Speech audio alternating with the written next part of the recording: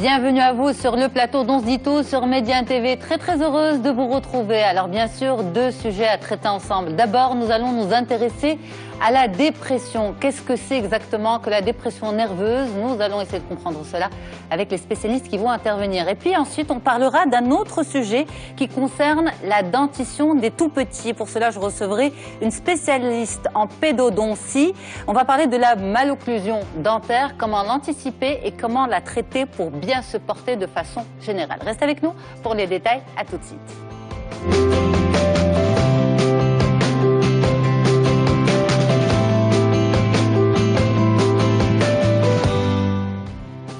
Comprendre la dépression nerveuse, c'est notre dossier du jour et on en parle tout de suite avec vous, docteur Atman Lorabi. Bonjour. Bonjour. Vous êtes psychiatre, psychothérapeute. Oui, tout à fait. Et Rizlan Charaibi, bonjour. Bonjour. Vous êtes psychothérapeute et fondatrice de l'Institut marocain de psychothérapie intégrative. Merci beaucoup d'avoir accepté l'invitation d'On se dit tout.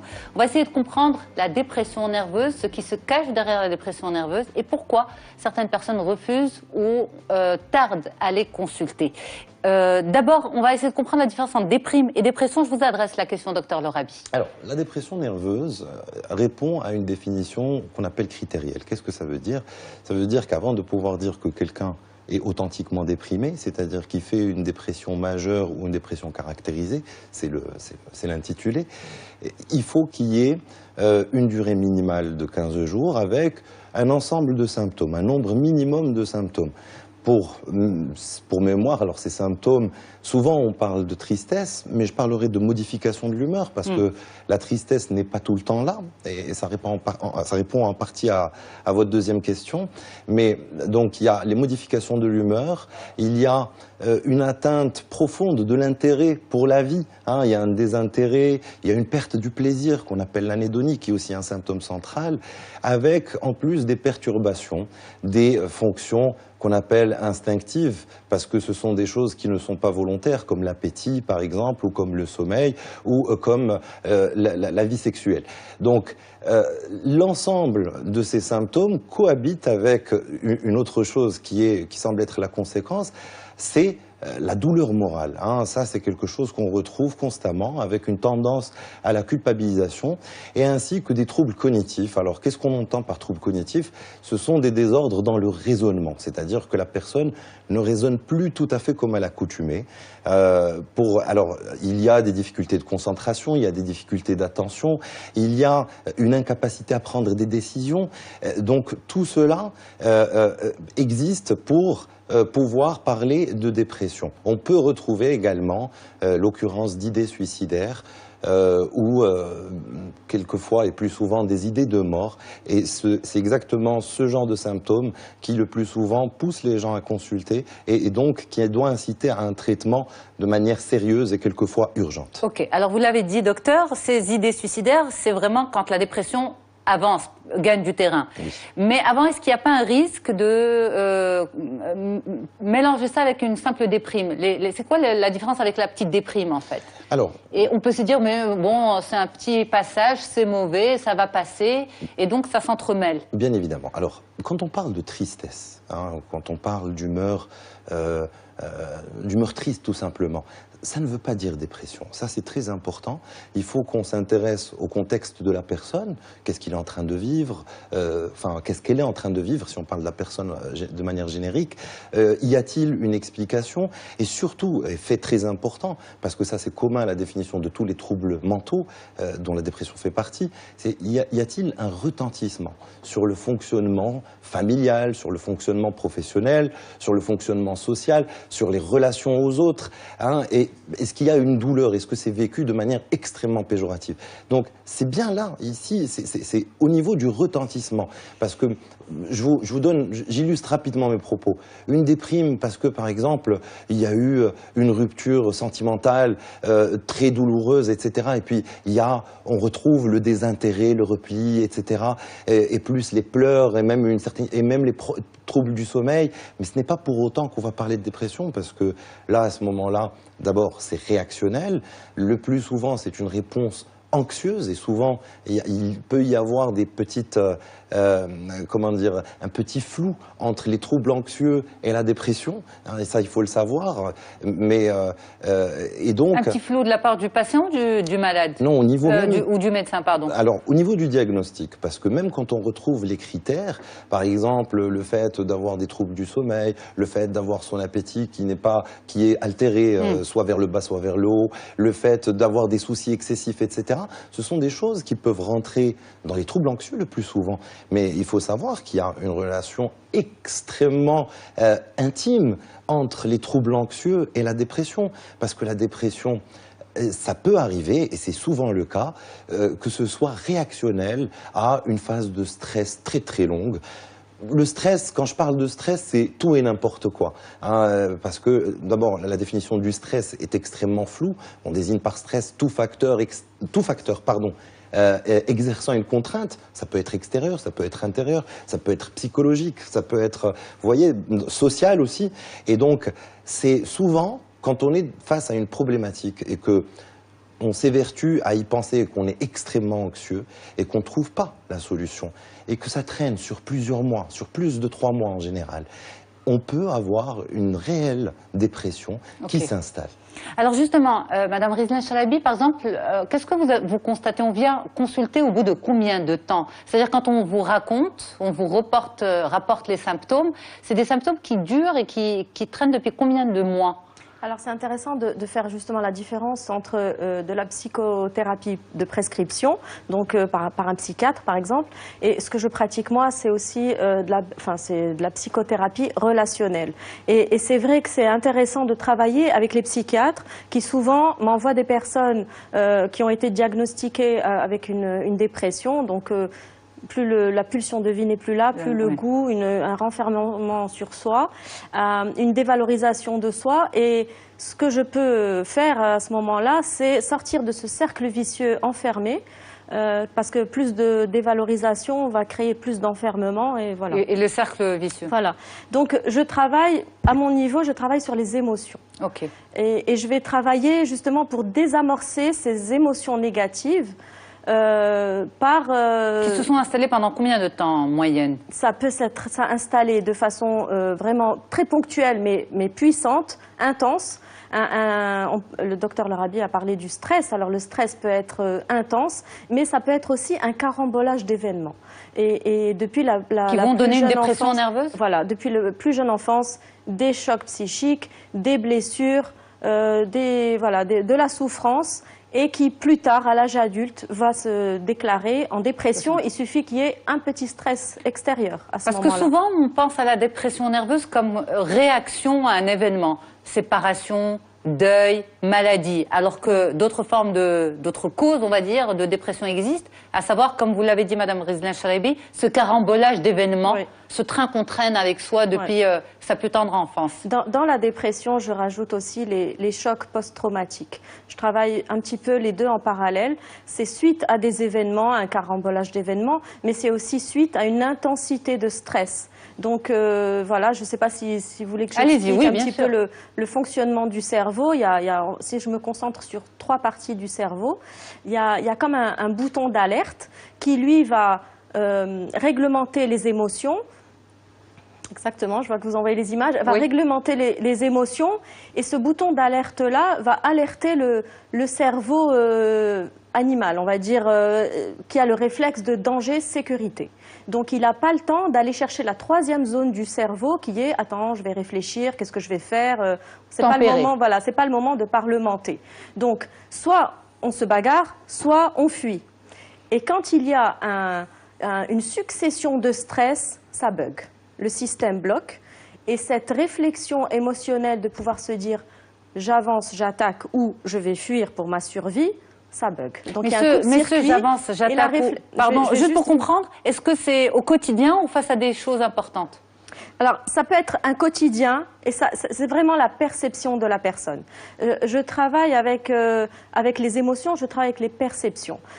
je ne peux pas hiérarchiser les souffrances. Quelqu'un qui vient pour me dire oui, j'ai vécu une séparation, d'autres personnes vont la vivre justement comme une délivrance, ou quelqu'un qui va venir dire je suis toujours en retard le matin, c'est une catastrophe pour lui. Ça dépend de l'estime de soi, de l'image de soi, ça rejoint toutes ces notions-là.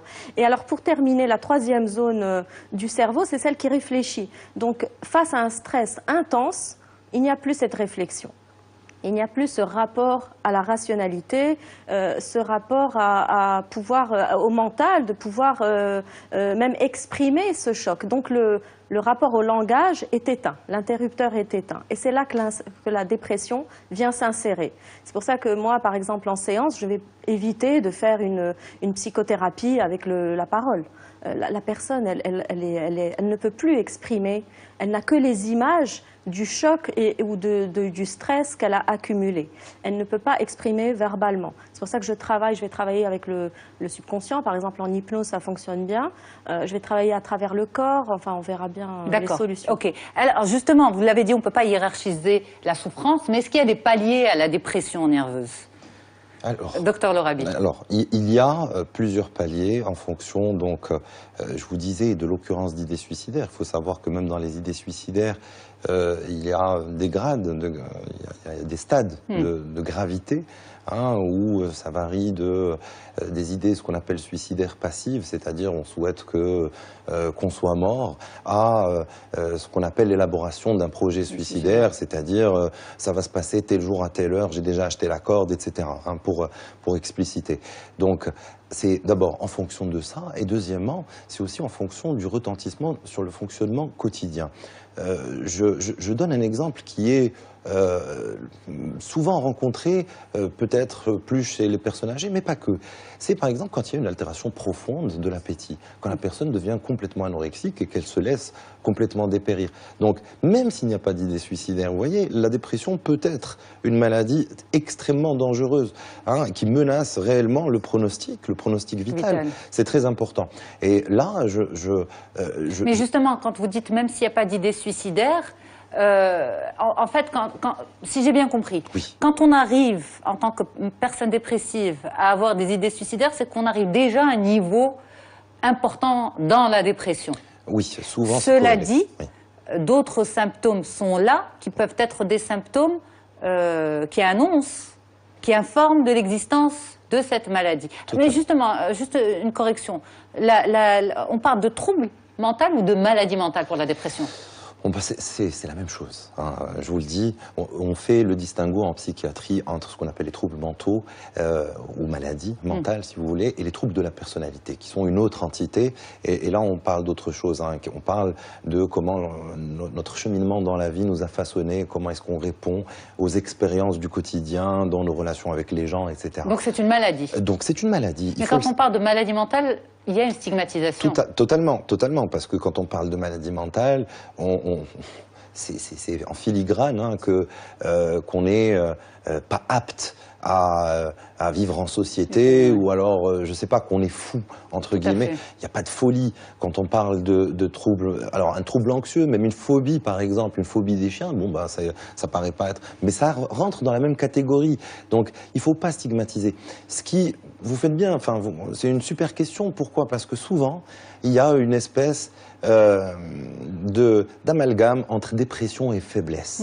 Souvent, les gens qui dépriment disent oui, c'est parce que je suis faible. Alors, comme l'a dit Madame Cheraibi, c'est quelque chose qui fait partie de l'autodévalorisation, qui est un symptôme cognitif de la dépression. Mais effectivement, ça entraîne derrière un cercle vicieux, et comment dire, la personne peut ne pas reconnaître les symptômes, surtout quand il n'y a pas de tristesse. Tout à l'heure, j'avais dit que la tristesse n'était pas obligatoire. Ça peut être l'irritabilité. Je vois énormément de gens qui viennent en consultation, ils ne sont absolument pas tristes. Il y a la perte d'intérêt, tout ça, mais le plus souvent, c'est une plainte de l'entourage. Tu cries pour rien, tu t'énerves pour rien du tout, tu t'emportes avec les enfants, etc. Et quand on fait notre enquête, et là tout à l'heure, vous avez posé la question sur mais quels sont les signes avant-coureurs quand on ne fait pas gaffe? Il y a deux grands types de symptômes. Il y a les troubles du sommeil, parce que ça, souvent, Et en plus, malheureusement, on tombe dans un autre cercle vicieux, parce que les troubles du sommeil, on se dit, allez, on va prendre un somnifère et c'est réglé. Mais le plus souvent, non. Et malheureusement, bon, l'utilisation des somnifères peut donner des conséquences dramatiques en termes d'accoutumance, etc. Mais il y a les troubles du sommeil, il y a l'irritabilité, et puis surtout, il y a des symptômes physiques. Alors, souvent, on voit des gens qui ont vu le pneumo, le cardio, le gastro, parce que, souvent le soir, ça correspond à ce que disait Madame Chalebi sur le fameux bouton qui est le centre de l'angoisse dans le cerveau, c'est que quand ça commence à ne plus fonctionner correctement, on perçoit des menaces partout, et quelquefois même quand il n'y a pas de menaces. Donc on se sent très mal, on a des palpitations. Quand vous dites souvent le soir, qu'est-ce qui se passe? C'est les symptômes anxieux de l'angoisse, les palpitations, la boule au ventre, l'impression d'étouffer, de ne plus pouvoir respirer, la barre dans la tête, les acouphènes, etc. Donc il y a une multitude de symptômes. Et les gens vont voir en général les spécialistes, donc ils vont voir le cardio, parce que les palpitations, on pense immédiatement, je vais mourir, etc. Puis après, le cardio dit non, il n'y a rien du tout, on va chez le gastro pour essayer de voir. C'est une somatisation? Tout à fait, ce sont des symptômes physiques de l'angoisse, et on sait que cette angoisse-là, quand elle commence à survenir de manière trop fréquente, ça peut arriver de manière sporadique, mais quand c'est trop fréquent, quasi quotidien, etc., le plus souvent, c'est lié à une dépression. C'est lié, pardon, c'est la porte d'entrée à la dépression, ou ça va ensemble? C'est comme l'histoire de la poule et de l'œuf, je vous le dis honnêtement, mais je pense que ça va ensemble. Okay. Je pense que ça va ensemble. Et juste pour rebondir sur une petite chose, quand on parle de facteurs de stress, comme l'a dit Madame Chalebi, pour le déclenchement d'une dépression, c'est un déclencheur. Le plus souvent, on retrouve, comme elle a dit justement à juste titre, un cumul de facteurs de vie, c'est vrai, mais il y a d'autres facteurs. Il y a d'autres facteurs qui sont biologiques. Souvent, on parle d'hérédité, de gènes, etc. Alors, il faut vraiment faire attention, parce que, oui, on sait qu'il y a des formes de dépression qui ont une très très forte connotation héréditaire, c'est-à-dire, je parle de la génétique, mais quand on parle des dépressions qui sont réactionnelles à un stress chronique... On va, si vous le permettez, s'arrêter sur ces dépressions dites héréditaires. Oui. Et je sais que Mme Chalebi est spécialisée également dans les thérapies transgénérationnelles. L'approche est différente pour vous? Oui, je travaille beaucoup avec la psychosomatique et l'approche transgénérationnelle. C'est sûr que, comme je ne suis pas médecin, je fais de la psychothérapie relationnelle. Donc, quand je reçois quelqu'un, je vérifie déjà avec un psychiatre s'il n'y a pas lieu de prendre une médication, selon l'avancée de la dépression. Mais je travaille beaucoup avec des personnes qui ont des douleurs chroniques. Et là, justement, il y a ce lien. Derrière une maladie chronique se cache souvent une dépression. Par exemple, à l'hôpital, il y a des personnes qui sont atteintes de polyarthrite rhumatoïde. C'est souvent accompagné de dépression. Vous intervenez en milieu hospitalier? Oui, voilà. Absolument. Aussi, également. Et donc, il y a souvent une dépression qui se cache derrière. C'est pour ça que la prise en charge de la prescription médicamenteuse, bon, voilà, elle est globale. Et je pense que c'est un équilibre. Souvent, par contre, aussi, ce que je reçois en cabinet, c'est des personnes qui vont se plaindre d'un traitement médical qui ne convient pas. J'ai pris du poids. Je suis complètement on va revenir au traitement médical, amorphe, mais si vous permettez, l'idée de la dépression qui va traverser les générations, est-ce qu'on peut s'arrêter dessus, justement? Ça veut dire quoi, une famille, entre guillemets, de dépressifs? C'est une prédisposition génétique. Il y a des recherches... génétique? Voilà, alors il y a des recherches en neurosciences qui sont allées dans cet esprit-là. C'est aussi un milieu de vie, c'est comme un incubateur dans lequel on a baigné. Souvent, il faut faire attention non seulement aux personnes qui ont une dépression, mais à l'entourage, à un conjoint ou des enfants dont un des parents a une dépression. Et ça serait des facteurs de prévention à ce niveau-là. Okay. Et en fait, c'est un schéma répétitif dans cette famille de génération en génération. Et il y a une certaine tendance. Alors, j'aime bien décrypter parce que c'est trop réducteur d'enfermer tout le monde sous une étiquette. Oui, il y a même des gens qui viennent me dire, mais de toute façon, voilà, c'est foutu pour moi. Mon grand-père, il était dépressif, mon père aussi, moi aussi. Ce n'est pas obligatoire. Mais qu'est-ce qui fait que ça se maintient au-delà des gènes? Est-ce que c'est vraiment au niveau de l'ADN? C'est au niveau de l'ADN? Oui. C'est pas une question de mémoire, comme on parle de mémoire collective pour l'humanité, il y a une mémoire collective d'une famille? Ça peut être la mémoire collective de la famille, mais vraiment, il y a des études que j'ai lues que ça se passe au niveau des gènes. Et c'est pour ça que, par exemple, en hypnose, on peut travailler à presque muter, transmuter et réhabiliter le gène pour libérer ce nœud, ce point noir qui est là. Il y a une autre approche aussi, c'est une approche, ça s'appelle l'approche narrative. C'est, ok, le gène existe, il y a ce point noir, mais on focalise sur tout ce qui est encore viable. Tout ce qui est positif, voilà, tout ce qui est positif, et on l'amplifie, on l'accentue, et on fait changer de lunettes en fait à la personne qu'on accompagne. Il change de perception, il va pouvoir s'intéresser à ce pan-là plutôt que rester obsédé et vivre. Donc ce n'est pas une fatalité.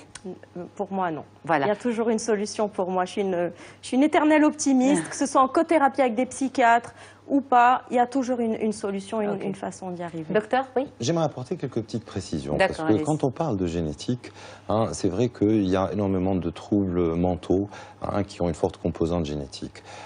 Parmi ces troubles mentaux, il y a effectivement une forme de dépression qui s'inscrit normalement dans des troubles de l'humeur, c'est les maladies bipolaires, etc. Où ça veut dire que génétiquement, on a une vulnérabilité biologique à ce que notre cerveau maintienne une humeur correcte. C'est-à-dire ça peut aller vers le bas, mais ça peut aller aussi vers le haut. Quand on parle de l'influence du milieu, alors Madame Chalabi l'a un petit peu évoqué, mais je pense que la recherche est encore dans ses balbutiements. On sait maintenant que avant on pensait que les gènes c'était un héritage immuable. Maintenant, on sait que ça ne l'est plus. C'est très important. Il y a eu beaucoup de recherches en psychiatrie qui tendent à le montrer et qui l'ont prouvé. C'est que l'environnement, ou le stress de l'environnement, appelez-le comme vous voulez, peut induire l'expression de certains gènes qui étaient jusque-là silencieux, et inversement. Donc, c'est l'une des possibilités pour expliquer pourquoi est-ce qu'il y a cet effet transgénérationnel. Mais il y a un autre effet qui me semble peut-être qu'on peut plus toucher, qui paraît plus objectivable, c'est l'éducation. Alors, l'éducation, quand je parle d'éducation, qu'est-ce que j'entends par éducation? C'est comment est-ce que les expériences de la vie m'ont façonné à gérer ou à faire face à l'adversité. C'est ça dont on parle quand on parle de stress, c'est l'adversité, une contrainte. Et vous savez, en fonction de nos parents, comment ils sont, comment est-ce que eux ils sont anxieux ou pas, comment est-ce que l'anxiété, c'est notre incapacité à gérer les risques. Juste pour donner une définition un peu sympa et un peu simple. Et donc, si par exemple, je donne un exemple, si par exemple on a vécu enfant dans un environnement hyper protégé où il fallait absolument prendre zéro risque, ou pas le droit de prendre le vélo parce qu'on risque de tomber, de machin, etc. Bien évidemment qu'une fois à l'âge adulte, la vie étant ce qu'elle est, avec tout le stress voilà, et on peut avoir une petite source de stress qui est d'origine professionnelle parce que voilà, je sais pas quoi, puis une autre source de stress avec les amis parce que j'ai du mal à m'intégrer, et c'est le cumul de ces choses-là avec les facteurs génétiques qui donne finalement cette tendance à la dépression, et la dépression qui se répète. Et finalement, vous savez, quand on parle d'éducation, c'est quelque chose qui est familial, et puis surtout dans notre contexte, c'est pas rare d'encore trouver des familles qui vivent dans un mode communautaire avec les grands-parents, etc. Donc ça facilite cette transmission transgénérationnelle. Donc ça, c'est vraiment de la pure prévention que vous êtes en train de faire à travers ce message-là, parce que quand vous parlez d'éducation, eh bien, on peut faire de la prévention à travers l'éducation que nous apportons aujourd'hui à nos enfants. Alors, tout à fait. Excusez-moi, je vous ai interrompu. Pour comprendre la dépression, mais aussi pour anticiper. On peut faire de la prévention primaire et de la prévention secondaire. Primaire, c'est-à-dire essayer d'éviter qu'il n'y ait pas de dépression. Ça, oui, on peut prendre des principes de vie où il faut, par exemple, avoir une activité sportive avec un risque, mesuré, mais etc. Mais par rapport aux enfants, justement, restons sur les enfants. Oui.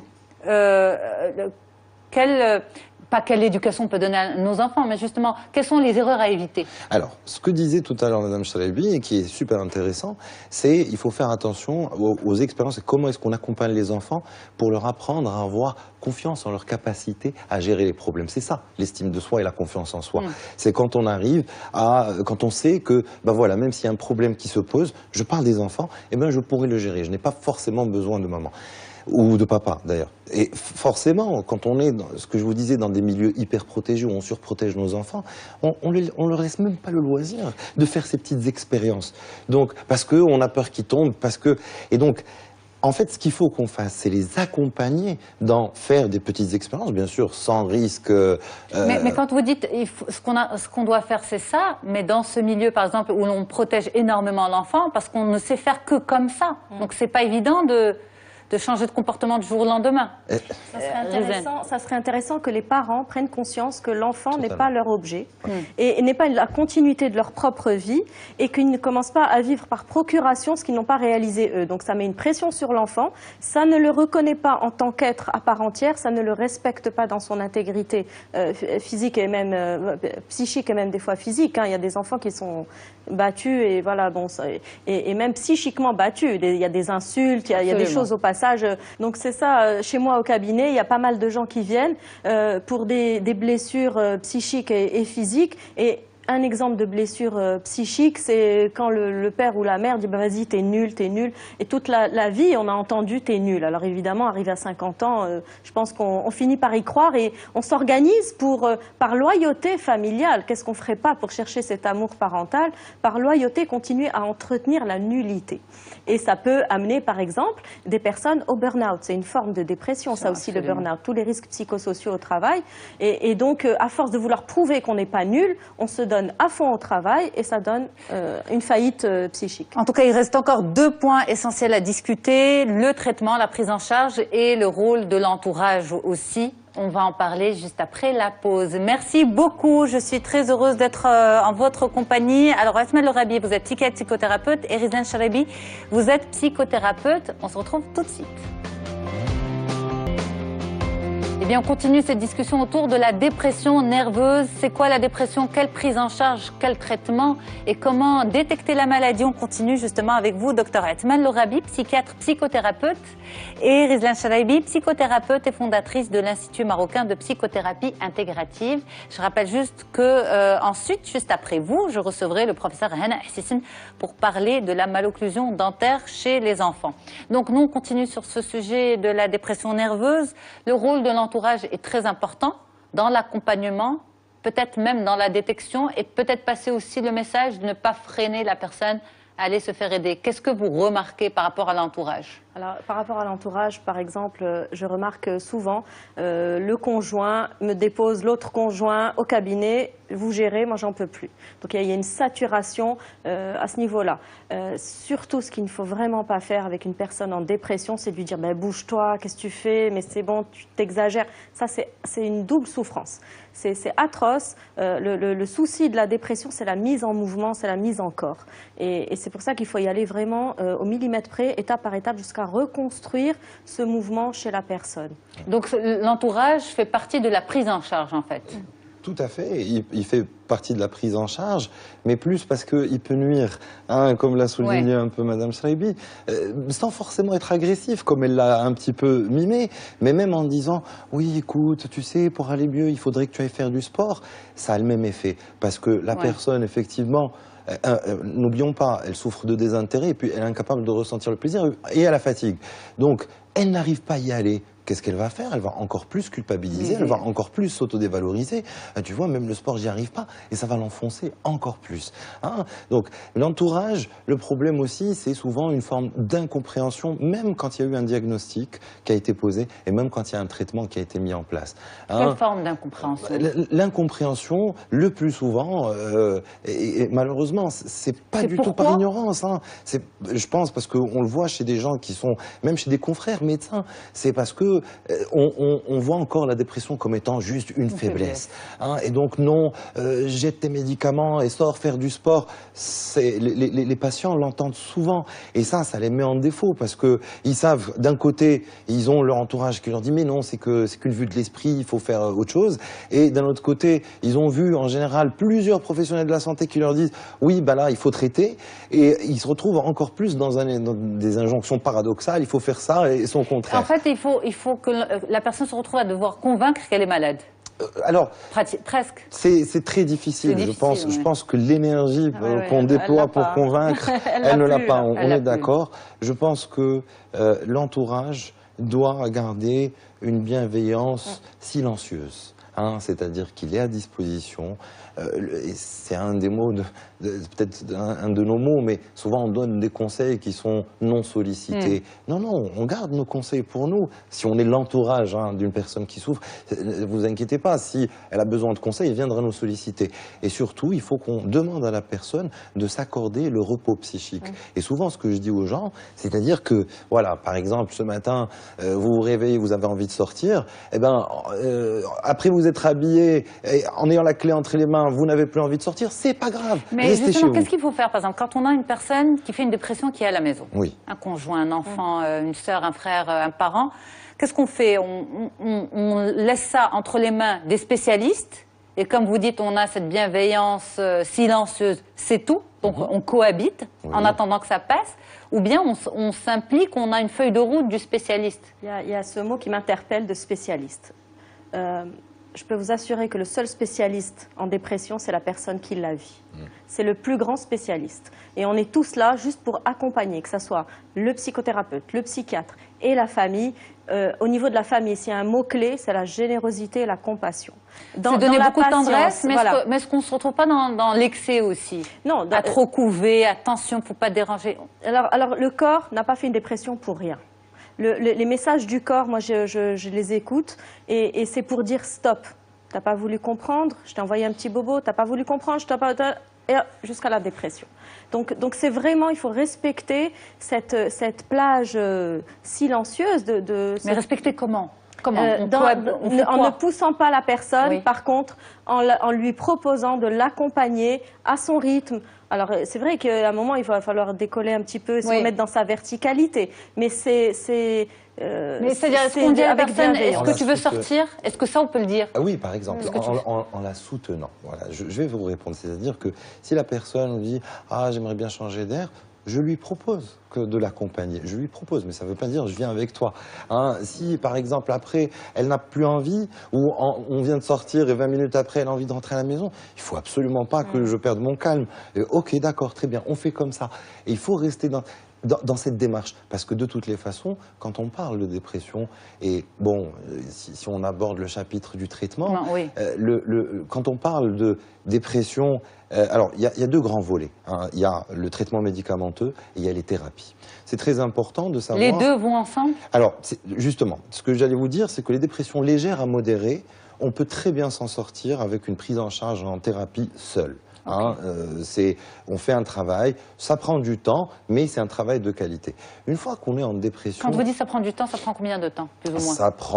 Ça dépend du type de thérapie. Moi, je fais des thérapies cognitives et comportementales, ça prend quelques mois, 6 mois, des fois même 1 an, mais ce n'est jamais très long. Ça dépend de comment est-ce que, si par exemple on va faire une psychanalyse, c'est une autre démarche, etc. La psychanalyse, je ne la recommande pas parce que justement il y a un problème avec le langage, avec pouvoir reformuler au niveau cognitif. Et ça dure beaucoup. Et c'est très long. Alors ça, alors il y a deux thèses, effectivement. Non, je moderne mais juste une chose, même pour vous dites petite dépression légère à modérée. Voilà, merci de bien corriger. Légère à modérée. Est-ce que la personne n'a pas besoin de traitement, c'est-à-dire rééquilibrer chimiquement ce qui se passe au niveau du cerveau pour justement gommer tous les symptômes physiques et accompagner par la psychothérapie? Alors, je vais vous répondre. Quand c'est léger à modéré, l'impact de ces troubles et même l'intensité des symptômes de la dépression n'est pas très marquée. Donc c'est-à-dire, si on parle de gestion des émotions, parce qu'on part du principe que c'est une dépression réactionnelle à cause d'un ou plusieurs facteurs stress d'ailleurs qui ont traîné dans le temps, eh ben, on apprend à la personne à mieux gérer son stress, à mieux gérer son anxiété, à retrouver plus de sérénité, etc. pour régler ses problèmes. Et puis, en général, il y a une amélioration. Et comprendre les éléments déclencheurs aussi. Oui, tout à fait. Donc, et puis gérer ses émotions, les gérer, pas les maîtriser, c'est les gérer, c'est-à-dire pouvoir les vivre correctement.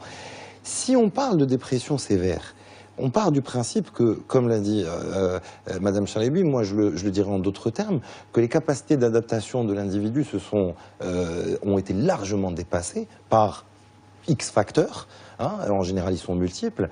Et donc, il faut traiter. Alors, quand on parle de désordre de la sérotonine. Il faut savoir que la dépression, c'est pas que la sérotonine. Hein, c'est, oui, d'accord, la sérotonine, mais aussi d'autres neurotransmetteurs. Et en fait, ça les implique tous. Pour faire simple, mais vrai, ça les implique tous. La plupart des antidépresseurs ont un mécanisme d'action sérotoninergique, c'est-à-dire qu'ils ont une action sur les neurones qui fonctionnent avec de la sérotonine. Ça ne veut pas dire qu'on a une carence. Souvent, les gens pensent que, voilà, j'ai une carence en sérotonine, c'est pour ça que je déprime. La dépression, c'est pas une maladie carentielle, c'est pas la malnutrition qui donne une dépression.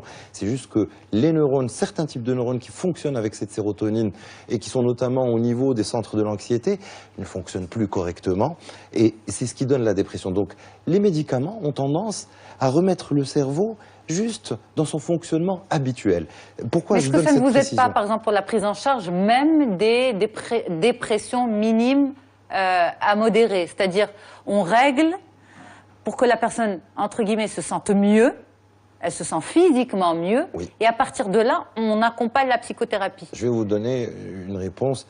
Normalement, quand on prescrit un médicament, il faut toujours, je parle en tant que médecin, il faut toujours peser le bénéfice attendu, ce qu'on imagine qu'on va avoir comme amélioration, et le risque. Quand on parle de médicaments, soyons clairs, je ne parle pas des médicaments de la psychiatrie, je parle de tous les médicaments. Il y a toujours un risque d'effet indésirable, point.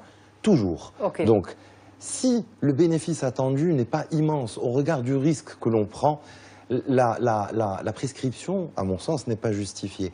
Donc, mais si, en revanche, on est dans une souffrance et dans une altération, parce que, j'ai oublié de le préciser tout à l'heure, mais le travail, n'oublions pas que la plupart des gens, maintenant, ils sont obligés de travailler, c'est la société moderne, etc. Le premier problème qui se pose quand on a une dépression, on n'arrive plus à travailler. Je ne suis plus efficace. Voilà, et ça a des conséquences dramatiques. Hein, des histoires de licenciement, de démission même, etc.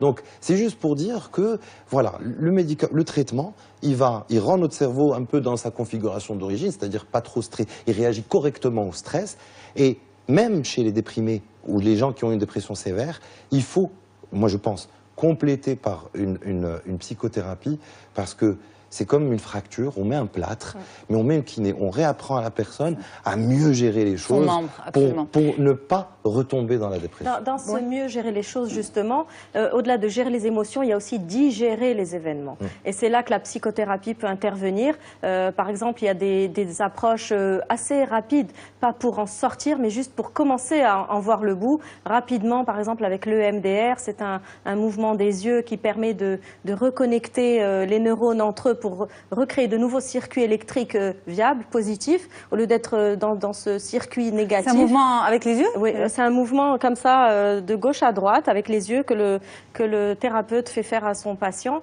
qui permet justement de reconnecter certains neurones et de repartir sur une Donc il y a une histoire de neurones dans la dépression. Quand on parle de cerveau, je vous le dis, moi j'ai une formation... Parce que la dépression, c'est les émotions. Oui. Sauf qu'il y a aussi le cerveau qui interagit avec le cerveau. Je vais vous dire un truc très simple. Je vais vous dire un truc très simple. Depuis tout à l'heure, depuis le début de l'émission, tout ce qui se passe au niveau de nos têtes, de notre cerveau, sont des réactions chimiques. Oui. Ah, soyons clairs, notre cerveau est une formidable usine. C'est un homme qui parle.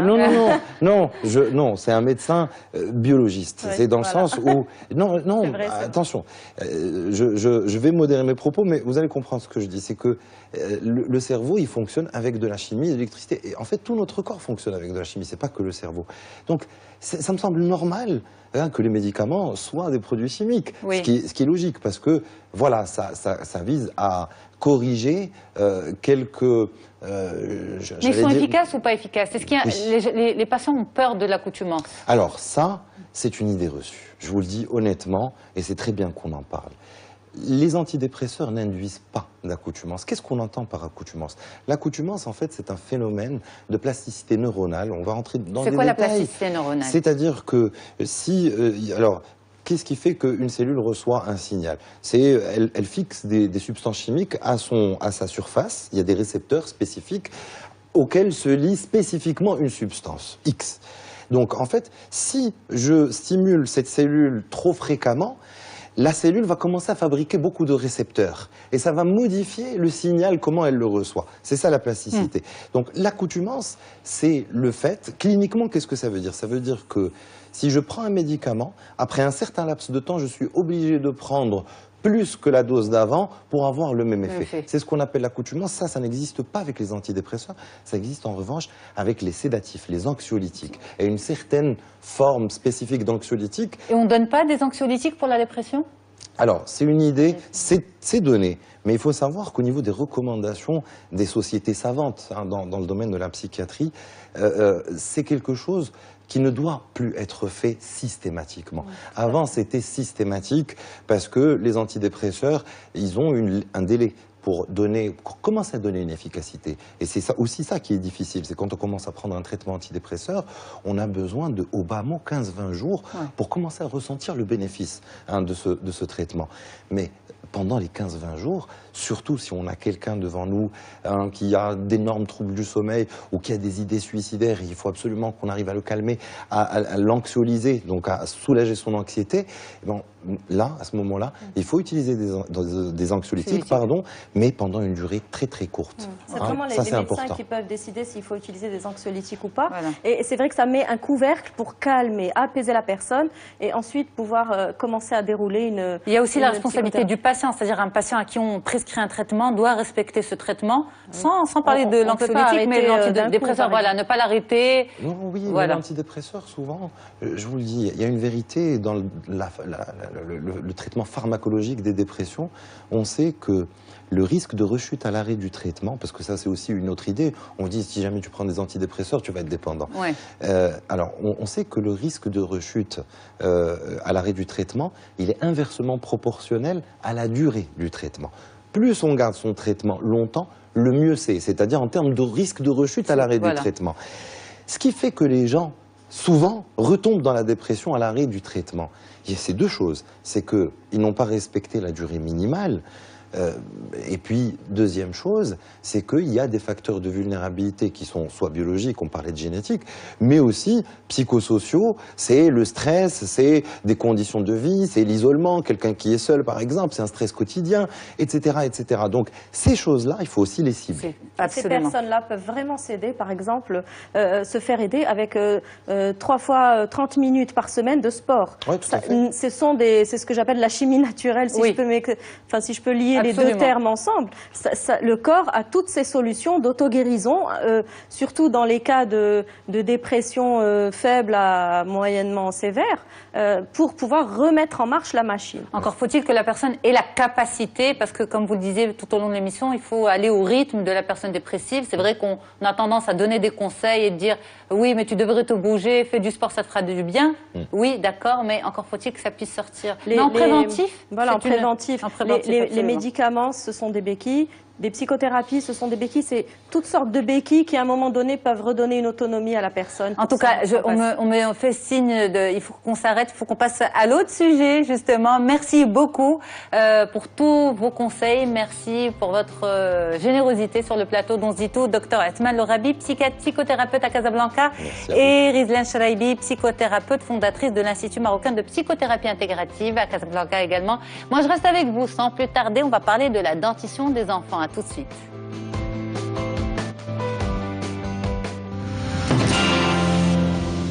Et on continue avec cette interview santé, cette fois-ci avec le professeur Hana Hsisen. Bonjour. Bonjour. Vous êtes spécialiste en pédodontie, est-ce que je l'ai bien prononcé? Oui, très bien. C'est bien, c'est bien comme ça, très bien.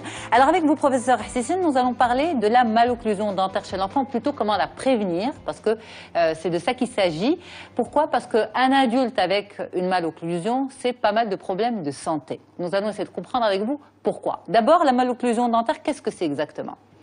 Alors en termes simples, on dit qu'il y a une malocclusion lorsqu'il y a un problème d'agencement des dents sur la mâchoire ou un problème d'engrainement qui fait que les dents ne peuvent pas accomplir leur fonction comme il faut. Ok. Donc c'est un simple positionnement des dents qui n'est pas, on va dire...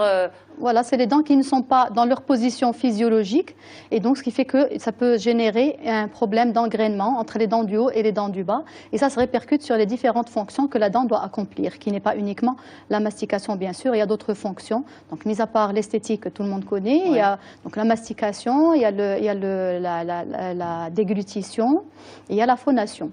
Donc tout ça, si les dents ne sont pas implantées et placées correctement sur les mâchoires, ça peut générer des troubles au niveau de ces fonctions essentiellement. Et ça se répercute par la suite sur la forme des mâchoires. Ok, mais on a l'impression en fait que tous les enfants, ou la plupart, je ne veux pas généraliser, oui, mais on va dire la plupart des enfants ont des problèmes de malocclusion, puisque la plupart des enfants portent ensuite des appareils dentaires.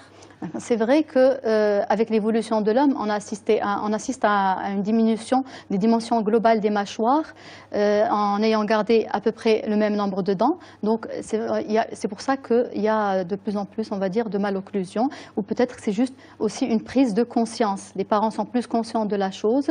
Nous avons accès à l'orthodontie, donc nous savons qu'il y a possibilité d'arranger tout ça. Je pense que c'est pour ça que nous voyons de plus en plus d'enfants portant des appareils. Mais quand vous parlez de prise de conscience, on a l'impression que c'est plus une prise de conscience esthétique, bien plus que pour les autres fonctions. Oui, essentiellement. Les parents, bien sûr, c'est la première chose qu'ils remarquent. Ils remarquent que le sourire de leur enfant n'est pas très joli, voilà, qu'il n'y a pas un bon alignement ou que les mâchoires sont décalées, une mâchoire qui est trop petite, qui est trop en arrière, ou alors une mâchoire qui est trop en avant. Mais généralement, les parents font attention, ils vont remarquer la position anormale des dents. Ils ne font pas attention à la forme des mâchoires. D'accord. Donc la forme de la mâchoire aussi, la forme des mâchoires est également importante? Elle est conditionnée par la position des dents, ou alors la forme des mâchoires conditionne également la position des dents. Donc c'est une relation étroite entre les deux. Mais ça, c'est pas quelque chose que nous, parents, on peut, nos parents non spécialistes, c'est pas quelque chose qu'on peut observer facilement. On l'observe justement quand ça se répercute sur l'esthétique. En général, c'est ça. Au niveau de la mâchoire, on ne peut pas le détecter, nous. Si on sait comment faire, on peut le détecter. Voilà. Mais donc, il est important de consulter le plus tôt possible. Déjà, quand l'enfant est en denture temporaire, donc quand il a encore ses dents de lait, il vaut mieux aller consulter. Donc, d'une part, ça permet de voir s'il n'y a pas de caries déjà, et ça permet aussi de recevoir des conseils pour entretenir ses dents. Mais en même temps, ça permet au dentiste de remarquer certains signes évocateurs de malocclusion future. Avec les dents de lait déjà? Avec les dents de lait déjà, il y a des malocclusions qui s'installent déjà très tôt. Ok. Et donc pour vous, à partir de quel âge on devrait emmener l'enfant chez le dentiste pour sa première visite? Alors si on veut parler de la prévention de la carie, par exemple, il faut commencer très tôt. La maman devrait aller voir le dentiste pendant qu'elle est enceinte parce qu'il y a des précautions à prendre avec le bébé dès la naissance. Mais sinon, une fois que toutes les dents de lait sont alignées en bouche, ça ne fait pas de mal d'aller consulter justement pour voir un peu ce qui se passe dans la bouche de l'enfant. Alors c'est vrai que notre sujet, c'est prévenir la malocclusion, mais vous avez dit quelque chose qui pourrait intéresser les téléspectateurs qui nous regardent. Quand vous dites peut-être que dès la grossesse, la maman devrait aller consulter pour anticiper des choses dès la naissance de l'enfant, par exemple, vous pensez à quoi? Alors je pense, en ce qui concerne la prévention de la carie, je pense tout de suite à l'alimentation, le régime alimentaire et les habitudes alimentaires. De la maman? Les habitudes alimentaires de la maman qui vont se répercuter par la suite chez l'enfant. C'est-à-dire? Si la maman a de mauvaises habitudes, l'enfant aura forcément de mauvaises habitudes. C'est vrai. Voilà. Le premier conseil, la première chose à laquelle on pense, c'est l'allaitement. Okay. Alors, l'allaitement au biberon ou l'allaitement au sein doivent régir à certaines règles pour que ça n'ait pas de conséquences néfastes sur les dents, pour qu'il n'y ait pas de carito. Donc, il y a des règles à respecter, il y a un protocole, une façon de faire qu'il faut respecter. En ce qui concerne les malocclusions, le premier conseil qu'on donne à la maman, c'est par rapport à l'allaitement. Il faut toujours privilégier l'allaitement au sein. La nature est bien faite. L'allaitement au sein permet un développement physiologique et donc une meilleure croissance, ça stimule mieux la croissance des mâchoires, donc ça réduit le risque d'avoir plus tard des malocclusions. Alors parce qu'avec le sein, l'enfant fait plus d'efforts avec ses muscles et avec ses mâchoires, ce qui fait que ça stimule la croissance. Avec le biberon, l'enfant reçoit plus facilement le lait, donc il fournit beaucoup moins d'efforts, les muscles sont moins stimulés et la croissance aussi par conséquence. Ok. Alors pendant longtemps, on a vu les ados plutôt avec les appareils dentaires. Aujourd'hui, les spécialistes disent on peut prévenir cette malocclusion dentaire bien avant en mettant en place certains procédés. Donc, avant de poser un appareil orthodontique, donc, qui est posé sur les dents définitives et non pas sur les dents temporaires, c'est très très rare, voire jamais, donc bon, ce n'est pas ma spécialité, mais les traitements orthodontiques sont destinés aux dents permanentes.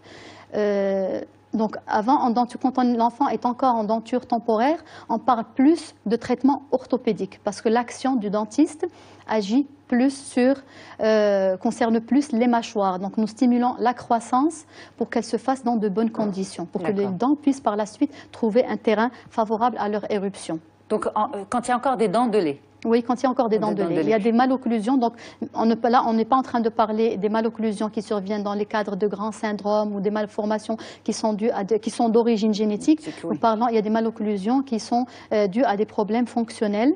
Ou alors même des malocclusions d'origine génétique, mais qui peuvent être interceptées très tôt. Okay. Alors l'exemple le plus courant, on va dire en denture temporaire sur lequel on intervient, c'est lorsque la mâchoire inférieure est trop développée et qu'on a ce qu'on appelle une occlusion inversée, c'est-à-dire au lieu d'avoir les dents supérieures et les dents du haut en avant, nous avons les dents du bas qui sont en avant. D'accord. Et donc, ça, vous pouvez l'anticiper Alors anticiper, on peut intervenir tôt quand l'enfant est encore en denture temporaire à partir d'un certain âge, par exemple à partir de 4-5 ans plutôt, on peut intervenir et poser des appareils qui vont stimuler la croissance. On ne touche pas les dents, mais on stimule la croissance de la mâchoire.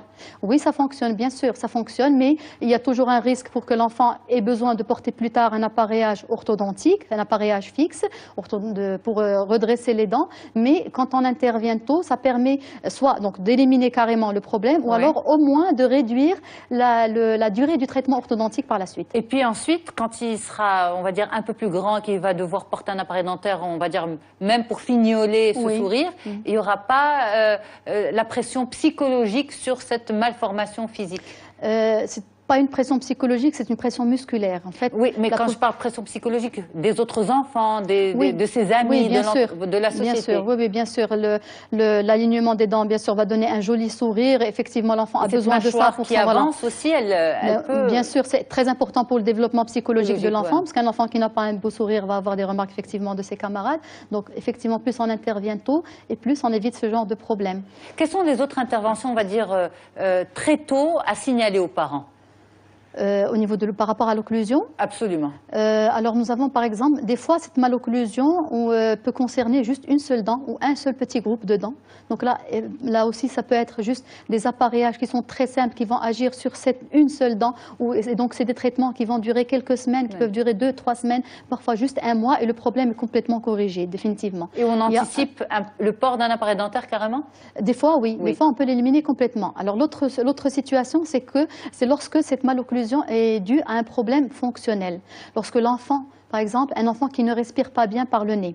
Un enfant qui ne respire pas bien par le nez va voir sa mâchoire se développer de façon insuffisante, la mâchoire supérieure, parce que tout est lié. Donc s'il ne respire pas correctement par le nez, sa mâchoire supérieure ne va pas se développer correctement, ça va générer une malocclusion.